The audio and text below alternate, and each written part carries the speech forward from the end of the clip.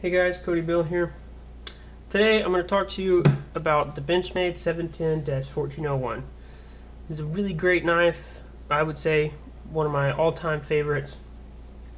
Real great all-around knife for nearly everything. It's just a very good size and weight to do almost anything you want it to. Perhaps a little on the large side for a few things, but not too bad. Speaking of size, it's got a 3.9 inch blade, a 4.9 inch handle, so overall length comes in at 8.8 inches. Handle just under half an inch thick, I think 0.48 is what it's listed at, and the whole thing weighs 4.5 ounces. So not too bad for almost a 4-inch blade. I don't know if you can see it here, what it says right there next to the thumb studs. Hopefully you can. There we go. M390. That's right. It is made of Bowler M390, and for those of you not familiar with it, this is a very good steel. I would say one of my favorites. Pretty high hardness. The way Benchmade does it, it comes out at about 60 to 62 on the Rockwell C scale. Very fine grain structure, which allows it to take a pretty fine edge. Let's see, right now, edge on it it's okay. I haven't touched it up in quite a while, but it's not too bad. It can take a very nice mirror polish though.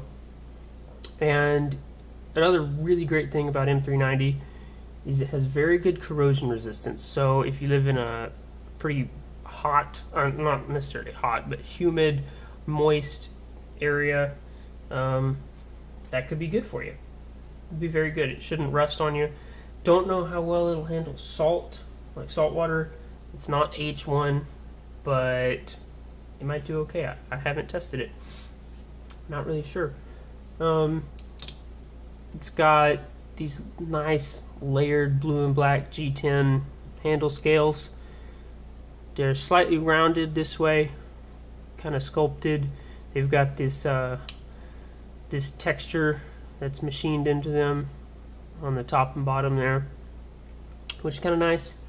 I'd say that's mostly aesthetic, but I'd say it's nice. Pillar construction. There's your two anodized blue standoffs, so you know you don't get too bad of a buildup of dust and lint and stuff. You can blow most of it out. You can't really see them on camera, but it's got phosphor bronze washers down there in the pivot, which allows it to come out very fast. It's got a very nice and solid lockup thanks to that axis lock. No side-to-side play, no up and down play. Again, axis lock, wonderful. Some people just hate the axis lock, and honestly I can't figure out why. I love the axis lock. I really do. It's just very sort of natural feeling, very comfortable and smooth and slick. On this particular one, hopefully you can see it. Yeah, well, okay, maybe not. Blade centering is almost perfect. Yeah, and speaking of axis lock, it's ambidextrous, which means the whole knife is ambidextrous. Clip is reversible, right or left hand carry, tip up only, which I prefer anyway. Dual thumb studs on both sides. Yeah. And those thumb studs they're okay. I would say, well, okay, they're better than okay. I haven't had any problems with them. If you're wearing gloves, they might not be too great. You may notice there's not a lot of space there between the thumb stud and the scale, and they don't stick up off the knife very much. However, if you are going to deploy it in a hurry, you actually can just kind of stick your thumb in here and just follow this curve, and it'll come out perfectly every time. Ergonomically, I would say it's pretty good. It's not perfect, but it's pretty good. Low to medium grip on it. I would say the G10 scales they're pretty smooth, really, right in here. It's got this texturing, like I mentioned, but again, it's pretty much aesthetic. It helps a little with the grip, but not a lot. It does have some jimping on the thumb ramp and down here on the bottom as well, but that's only on the liners. It's not very sharp, and it's kind of occluded by these scales. So again, mostly aesthetic, I'd say. It helps a little, but not a lot. It does have a thumb ramp though, which is pretty good. It's not an amazing thumb ramp, but it feels very comfortable. And it is kind of flared here. Wouldn't call that a choil, but it is flared, so it fits the hand pretty well, and it feels very comfortable. It's not overly grippy, but it doesn't feel like it's about to slip out of your hand or anything. Just you know, hold on to it, I guess. It fits the hand, at least my hand, very well. Saber grip, very comfortable. Hammer grip, again, very comfortable. I would say it's a little on the thin side, so if you were cutting anything real hard, well, maybe not. Actually, that's pretty comfortable. In a sort of a draw cut grip like this, it's okay. You can kind of feel this sort of void here in the middle of your hand, but it's not too bad. It's not bad, and it would be pulling that way, so not bad there. The clip is nice and it's kind of low. In none of these grips can you really feel it. In a reverse grip, it's very, very comfortable. Oops. And like I said, I don't feel that clip really sticking out in any of those grips. I said it was ambidextrous. The blade shape, this is one of my favorite things about it, is the blade itself. Obviously, it's a knife. It's kind of mostly about the blade. It's got a slight recurve to it, but not too much, which is good because that recurve is kind of hard to sharpen. Got pretty good belly through, you know, this entire area. Not extreme, but pretty good, so decent for slicing and whatnot. It's got a flat grind, and it's fairly thin behind the edge. Not extremely, but excuse me, but not too bad. I wouldn't call it thick behind the edge. It's pretty good and very consistent grind, I would say. Decent flats for if you're using a consistent angle sharpener, which I would recommend. The tip, hopefully I can get this to work where you can see it pretty well. Come on. Well, maybe not. That's okay. It's fairly precise. It's not too thin, not too thick. I'd say it strikes a pretty good balance. It's precise enough for most things, but it's not so thin that you have to worry about breaking it.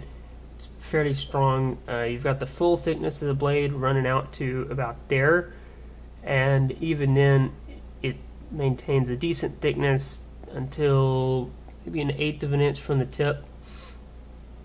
So you shouldn't have to worry about breaking that tip off. And M390 is a pretty tough steel. Not as tough as some, but it's not very brittle. Not overly brittle, at least. I love how everything about this knife just feels smooth. The whole operation. The opening and closing. This blade, it's very just smooth. I don't have it set up overly free right now, but that's just my personal preference. It is very smooth though, thanks to those phosphor bronze washers and the axis lock here. Very nice and smooth operation. I like that. Slick and smooth. Oh, it does have a lanyard hole. It is big enough to put 550 paracord through, but you might need to kind of poke it through with something. But it will fit. Oh, clip. That's what I forgot. This is their split arrow clip. I like this clip. It fits very well in the pocket. Good retention on it. Good strength, but not overly strong. And this particular one is very highly polished to, of course, go along with the rest of the knife. And it's mounted pretty high up, so you won't have too much of your knife sticking out if that's a problem for you.